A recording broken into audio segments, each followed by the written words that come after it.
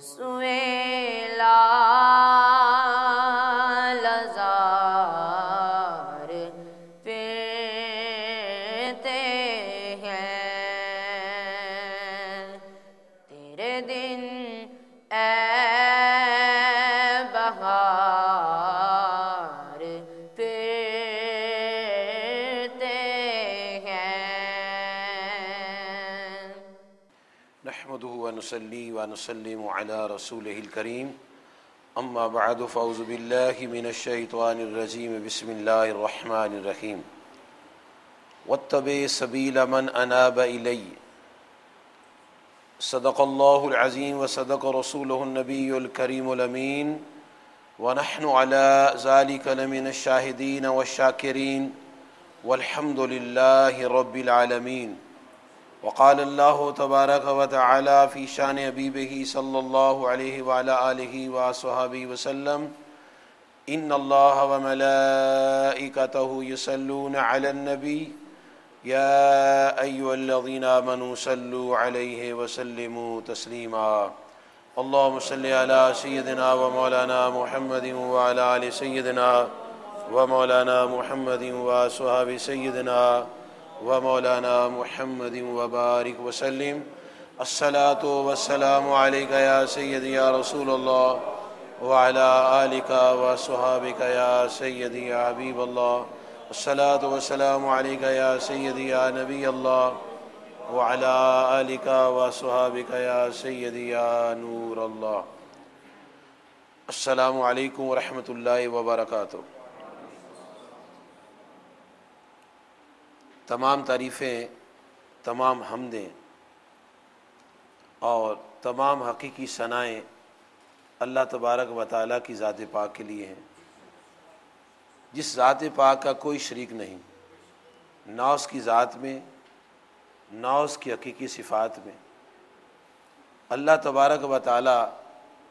ازلی، ابدی، سرمدی، واجب الوجود اور وحدہ لا شریک ہے۔ اسی لیے ہم سب نے کلمہ پڑھا ہے لا الہ الا اللہ محمد الرسول اللہ صلی اللہ علیہ وآلہ وصحبہ وبارک وسلم۔ اور بحد و حساب درود و سلام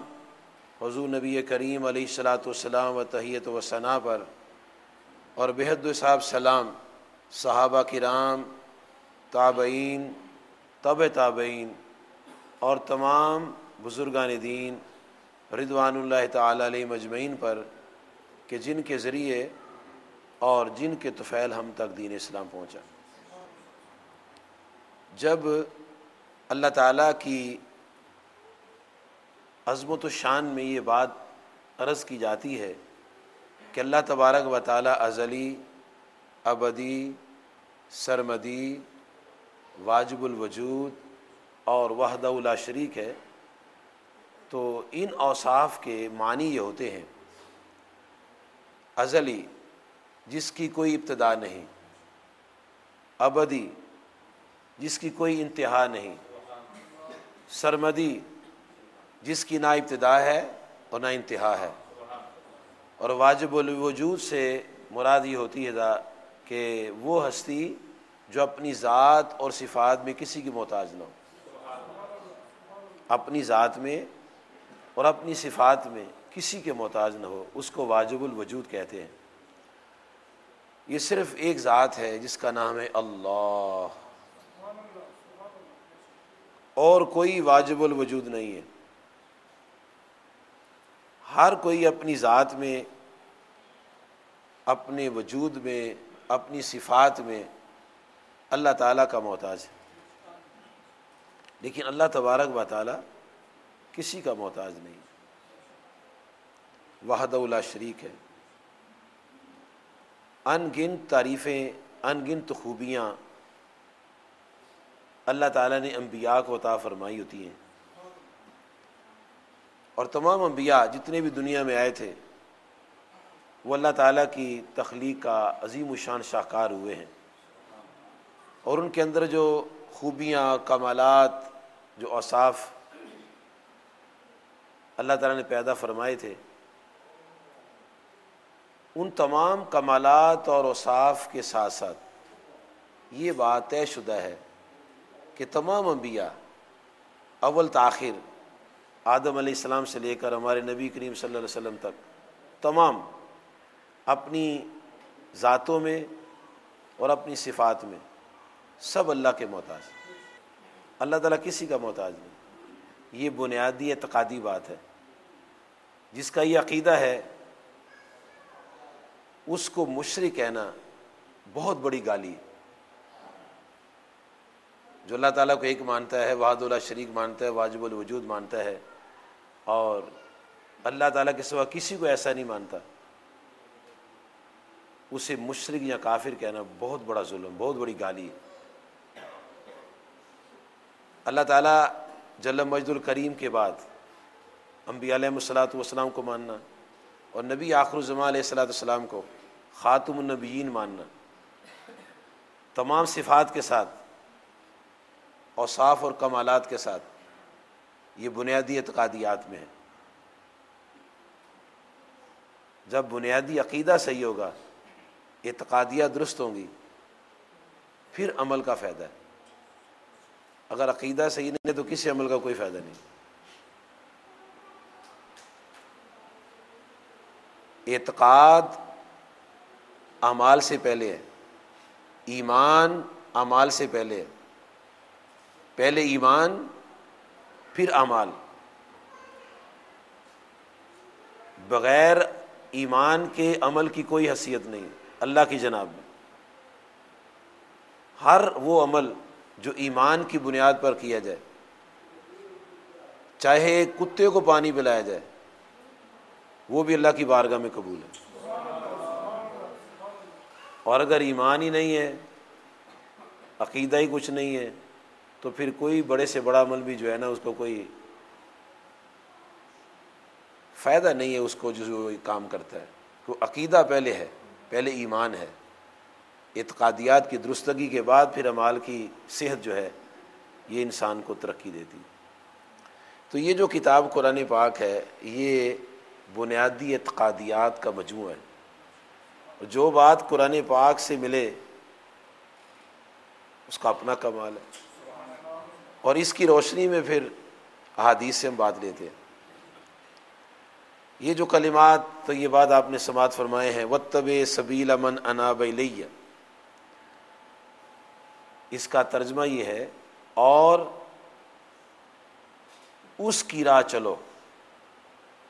جو میری طرف رجوع لایا ہے۔ یہ کلام اللہ تعالیٰ کی طرف سے ہے اور خطاب مخلوق کو ہے۔ بندوں سے کہا جا رہا ہے کہ اس کے پیچھے چلو، اللہ تعالیٰ فرماتا ہے اس کے پیچھے چلو جو میری طرف جھکا ہوا ہے۔ یہ اس بات کو آپ نے ذہن میں رکھنا ہے، اس کی روشنی میں نے کچھ بات آپ سے کرنی ہے کہ اللہ تعالیٰ فرماتا ہے اس کے پیچھے لگو جو میری طرف جھکا ہوا ہے۔ قرآن مجید فرقان حمید میں اللہ تبارک و تعالیٰ نے سورۃ المائدہ میں آیت نمبر 104 میں ارشاد فرمایا ہے، وَإِذَا قِيلَ لَهُمْ تَعَالَوْا إِلَىٰ مَا أَنزَلَ اللَّهُ وَإِلَى الرَّسُولِ، جب انہیں کہا جائے کہ آؤ اس کی طرف جو اللہ تعالیٰ نے اتارا ہے اور رسول اللہ صلی اللہ علیہ وسلم کی طرف آؤ، تو آگے سے یہ کہتے ہیں قالوا حسبنا ما وجدنا علیہ آبانا، تو کہتے ہیں کہ ہمیں بس یہی کافی ہے، ہمارے لیے یہی کافی ہے کہ جس پر ہمارے باپ دادا ہیں ہم تو اسی ڈگر پر چلیں گے۔ یہ جواب انہوں نے اللہ تعالیٰ اور کتاب اور رسول اللہ صلی اللہ علیہ وسلم کے مقابلے میں کہی ہے۔ سورۃ البقرہ شریف میں آیت نمبر 170 میں ارشاد ہوتا ہے وَإِذَا قِيلَ لَهُمُ اتَّبِعُوا، جب انہیں کہا جائے کہ پیروی کرو اس کی، ما انزل اللہ، جو اللہ تعالی نے نازل کیا ہے، قالوا بل نتبع ما الفینا علیہ آبانا،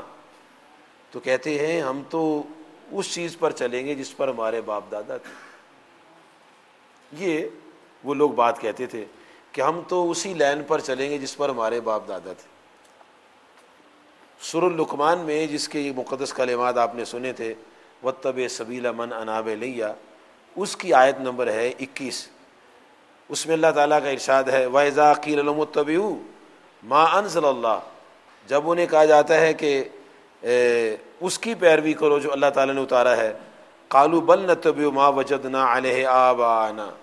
تو کہتے ہم تو اپنے باپ دادا کے نقش قدم پر چلے۔ یہ 3 آیات ہے قرآن پاک میں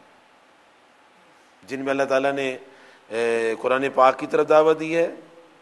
رسول اللہ صلی اللہ علیہ وسلم کی پیروی کی دعوت دی ہے، اور اس کے جواب میں لوگوں نے کہا ہے کہ ہمارے لیے یہی کافی ہے کہ ہم اپنے باپ دادا کے نقش قدم پر چل رہے ہیں۔ اسی سے شاید ان لوگوں نے ایسے ہی اسی سے بات بنا لی ہو کہ لکیر کے فقیر نہیں ہونا چاہیے۔ لگتا ہے ایسے ہی ہے کہ لوگوں نے انہی آیات کو پڑھ کے یہ ذہن سے بات بنا لی ہے کہ لکیر کے فقیر نہیں ہونا چاہیے، لیکن پورا نہیں پڑھا۔ کہتے ہیں جو باپ دادے کے پیچھے لگنا کو ضروری ہے، وہ یہی اسی آیت سے متاثر ہیں وہ لوگ، لیکن پوری آیت نہیں پڑھتے۔ پوری آیت مبارک اگر پڑھی جائے تو مسئلہ بالکل واضح ہو جاتا ہے۔ اللہ تبارک و تعالیٰ نے تینوں مقامات پر جو بات ارشاد فرمائی ہے، یہ کہنے والوں کو کہ جو کہتے ہیں کہ ہم تو اسی ڈگر پر چلیں گے، اسی راہ پر چلیں گے جس پر ہمارے باپ دادا چلتے تھے، ہمیں تمہارے باپ دادا کافی ہیں، ہم تو انہی کی پیروی کریں گے، تو ان کے جواب میں اللہ تعالیٰ نے جو بات فرمائی ہے وہ بات اس بات کا جواب ہے کہ لکیر کا فقیر نہیں ہونا چاہیے، لکیر کا فقیر نہیں ہونا چاہیے، اس بات کا جواب۔ اب جو شخص یہ کہتا ہے کہ لکیر کا فقیر نہیں ہونا چاہیے، وہ کسی کو قائل کر رہا ہے، کسی کو سمجھا رہا ہے، اور جب کسی نے اس کی بات مان لی کہ لکیر کا فقیر نہیں ہونا چاہیے، تو اس کی لکیر کا تو فقیر ہو ہی گیا نا۔ جو کہہ رہا تھا کسی کی لکیر کا فقیر ہونا چاہیے، تو پھر تمہاری لکیر کا فقیر ہو جائے وہ۔ اللہ تعالیٰ نے نہ آپ کی بات کی ہے نہ میری بات کی ہے جی، اللہ تعالیٰ نے وہ بات کی ہے جو اصولی بات ہے۔ جب انہوں نے یہ کہا کہ ہم تو اسی ڈگر پر چلیں گے، اسی راہ پر چلیں گے، ہمیں تو یہی بات کافی ہے کہ ہمارے باپ دادا جس راہ پر تھے ہم تو اسی پر چلیں گے، تو اللہ تعالیٰ فرماتا ہے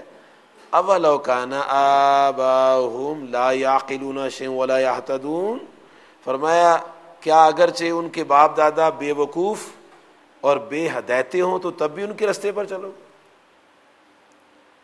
اگر باپ دادے بے عقل ہیں اور ہدایت یافتہ نہیں ہے، ہدایت پر نہیں ہے، تو پھر بھی ان کے پیچھے چلو گے؟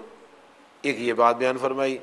دوسری یہ بیان فرمائی کہ اَوَلَوْ كَانَ آبَاؤُهُمْ لَا يَعْلَمُونَ شَيْئًا وَلَا يَهْتَدُونَ، تو کیا اگر ان کے باپ دادے بے علم ہیں اور ہدایت پر نہیں تب بھی ان کے نقش قدم پر چلو گے؟ اور تیسرے مقام پر یہ فرمایا سورۃ لقمان کی آیت نمبر 21 میں اَوَلَوْ كَانَ الشَّيْطَانُ يَدْعُوهُمْ إِلَىٰ عَذَابِ السَّعِيرِ، فرمایا اگر شیطان ان کو دوزخ کی آگ کی طرف بلاتا ہو تو پھر بھی ان کے پیچھے چلو گے؟ یعنی وہ راہ جو دوزخ کی طرف لے کر جاتی ہے، وہ راہ جو گمراہی کی راہ ہے، وہ راہ جو بے ہدایت لوگوں کی راہ ہے،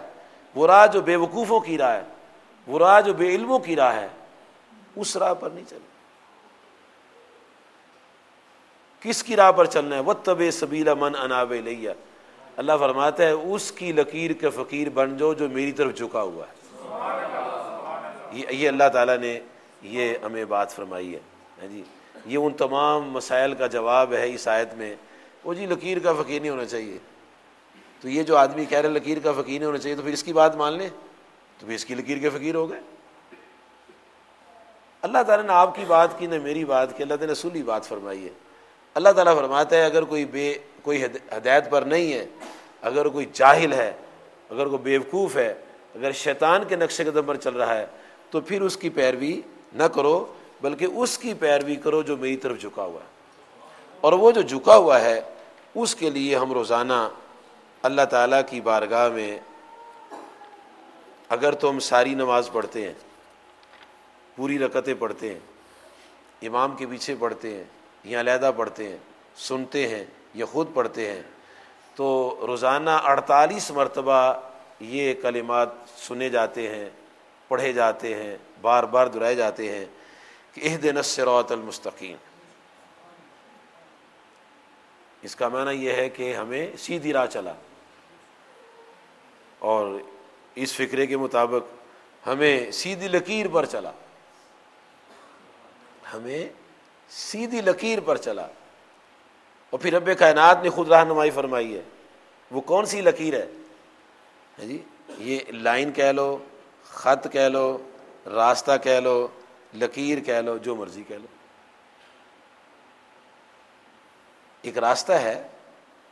جی، لائن ہے، لکیر ہے، جو لفظ مرضی کہہ لیں۔ اللہ تعالیٰ سے ہم کہہ رہے ہیں یا اللہ ہمیں سیدھی راہ چلا، سیدھے راستے پر چلا۔ اب وہ جو راستہ ہے وہ سیدھا جو ہے، وہ لائن سیدھی ہے، لکیر سیدھی ہے، اور وہ ہے کس کی؟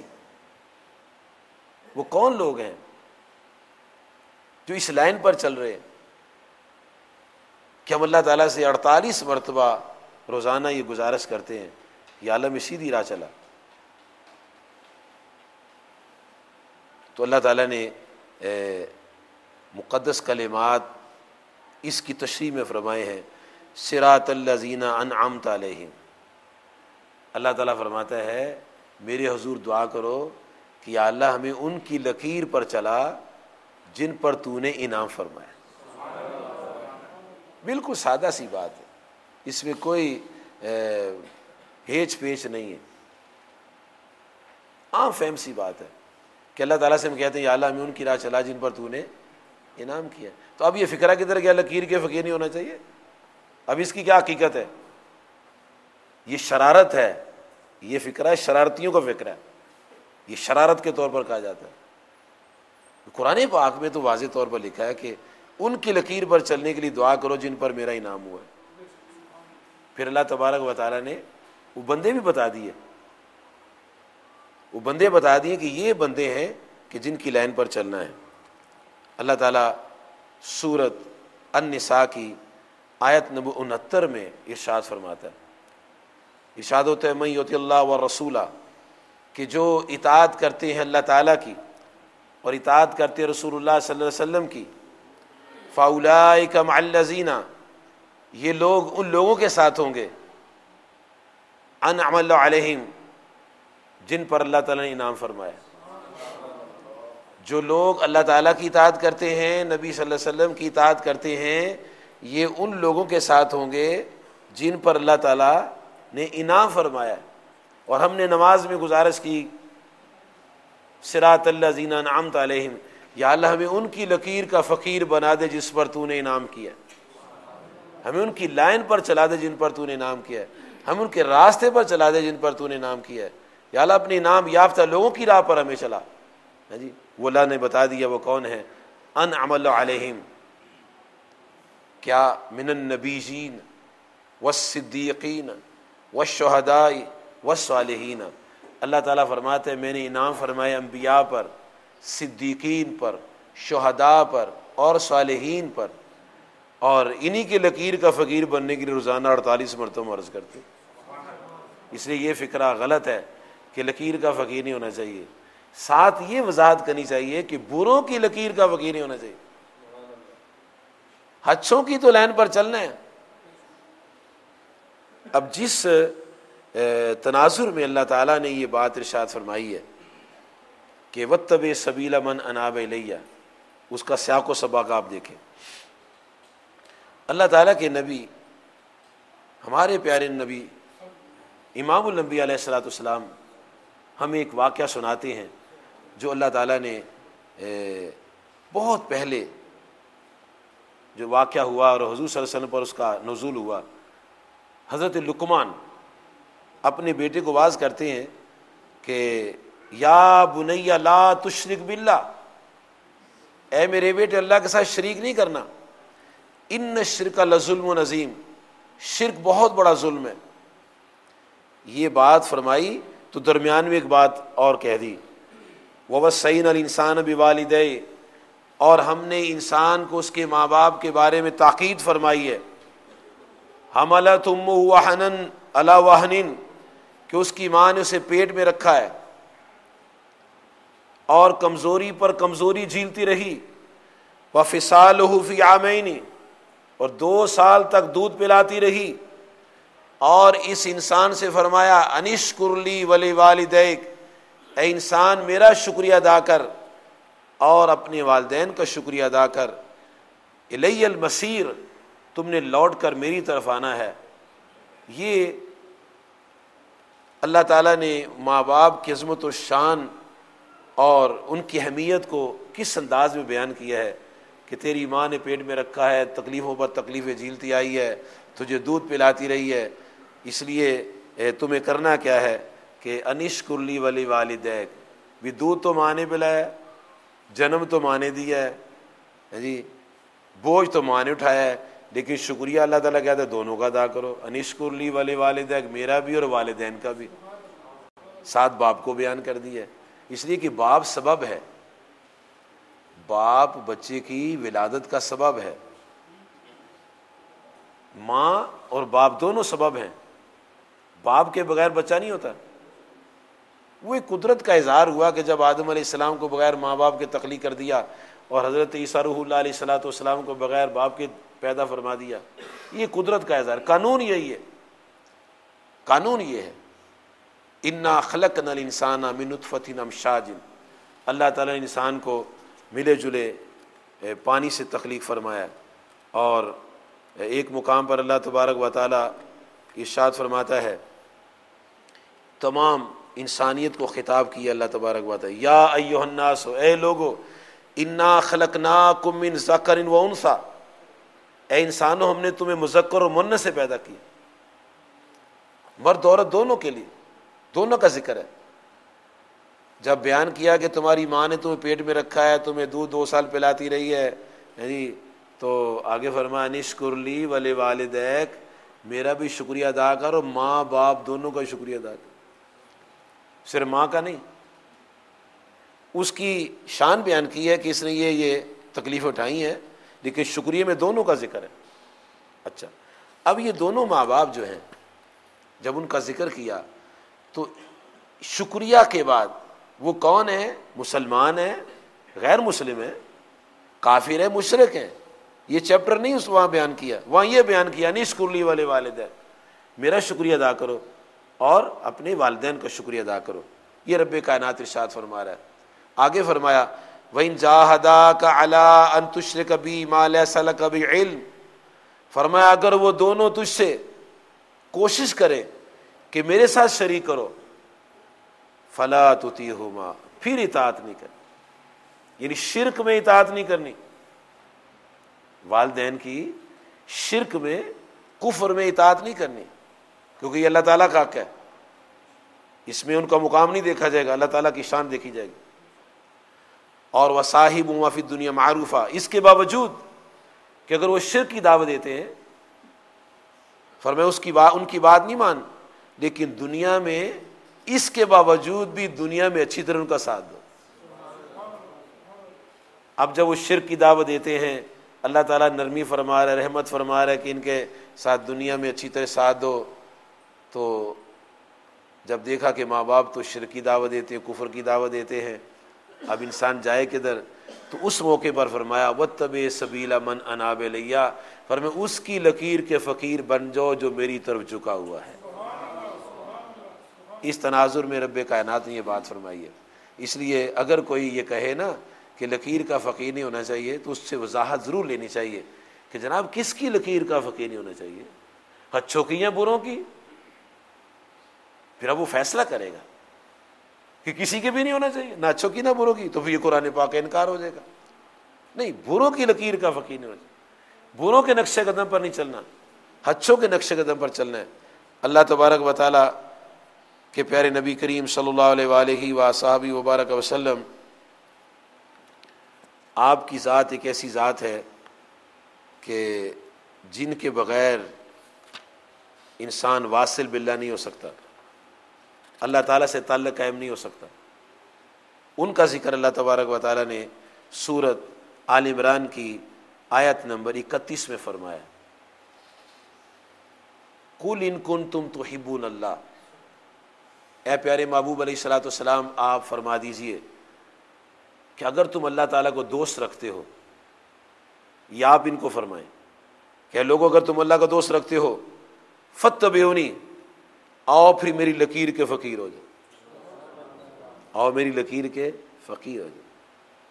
یہ فکرہ کیا ہوا کسی کی لکیر کا فقیر نہیں ہونا چاہیے؟ یہ کیا فکر ہے؟ یہ تو گمراہ کر دینے والا فکرہ ہے۔ فاتبعونی، اے محبوب علیہ الصلوۃ والسلام آپ فرما دیجئے کہ لوگوں میری پیروی کرو، میری اتباع کرو، میرے نقش قدم پر چلو، میری راہ پر چلو، میری لکیر پر چلو، اور جب تم میری راہ پر چلو گے، میری لکیر پر چلو گے، میری پیروی کرو گے، میری اتباع کرو گے، میرے فرما بردار ہو جاؤ گے، تو اللہ تعالیٰ فرماتا ہے کہ یحببکم اللہ ویغفر لکم ذنوبکم۔ اللہ تعالیٰ فرماتا ہے محبوب علیہ الصلوۃ والسلام آپ ان کو فرما دیجئے کہ اے لوگوں جب تم میری اتباع کرو گے، میری پیروی کرو گے، میرے نقش قدم پر چلو گے، میری لکیر پر چلو گے، میری لائن پر چلو گے، تو اللہ تبارک و تعالیٰ تمہیں اپنا محبوب بنا لے گا اور تمہارے گناہوں کو معاف فرما دے۔ کیسا صاف مضمون ہے، کیسی خوبصورت گفتگو ہے جی، کتنا سیدھا راستہ بیان کیا گیا ہے جی، اس کے علاوہ سیدھا راستہ ہی کوئی نہیں۔ اب جو نبی صلی اللہ علیہ وسلم کا تابع فرمان ہے اس کے پیچھے لگ جاؤ، پھر جو اس کا نہ فرما بردار ہے اس کے پیچھے لگ جاؤ، جو اس کا فرم اس کے پیچھے لگ جاؤ، کرتے کرتے کرتے آپ کو آج بھی لوگ ملیں گے جو ان سب کے فرما بردار ان کے پیچھے لگ جاؤ۔ لیکن شرط یہ ہے کہ جو اللہ تعالیٰ جل مجدہ الکریم کے احکام کی تعمیل کرتا ہو اور نبی صلی اللہ علیہ وسلم کا پیروکار ہو، گمراہ کے پیچھے نہیں، بے حد جو ہدایت پر نہیں اس کے نقش قدم پر نہیں چلنا، جس کا عقیدہ غلط ہے اس کے پیچھے نہیں لگنا، جس کا عقیدہ صحیح ہے، جس کا عقیدہ انبیاء والا عقیدہ ہے، جس کا عقیدہ صدیقین والا عقیدہ ہے، جس کا عقیدہ صالحین والا عقیدہ ہے، جس کا عقیدہ شہداء والا عقیدہ ہے، ان کی لائن پر چلے۔ یہ اللہ تبارک و تعالیٰ کی ذات پاک نے بڑی وضاحت کے ساتھ یہ بات ارشاد فرمائی، اور انبیاء علیہ السلام انہوں نے اللہ تعالیٰ کے حضور جب دعائیں کی ہیں تو انہوں نے باوجود اس کے کہ انبیاء علیہ السلام صالحین تھے بذات ہی، لیکن انہوں نے صالحین کی محبت کو اور ان کی راہ کو اہمیت دیتے ہوئے اللہ تعالیٰ کے حضور کس انداز میں دعائیں کی ہیں۔ سورۃ النمل میں اللہ تعالیٰ ارشاد فرماتا ہے، حضرت سلیمان علیہ السلام نے اللہ تعالیٰ کی بارگاہ میں دعا کی، کہتے ہیں ربی اوزینی ان اشکر نعمتک التی انعمت علی، یا اللہ مجھے توفیق عطا فرما تاکہ میں تیری نعمتوں کا شکریہ ادا کروں، جو نعمتیں تو نے مجھ پر فرمائی اور میرے والدین پر فرمائی، وَنَعْمَلَ صَالِحًا، اور یہ کہ میں وہ اعمال کروں جو اچھے اعمال ہیں، ترضیٰ ہو جن سے تو راضی ہو جائے، اور پھر آگے کہتے ہیں وَأَدْخِلْنِي بِرَحْمَتِكَ فِي عِبَادِكَ الصَّالِحِينَ، اے مولا کریم مجھے اپنی رحمت سے اپنے صالح بندوں میں شامل فرما۔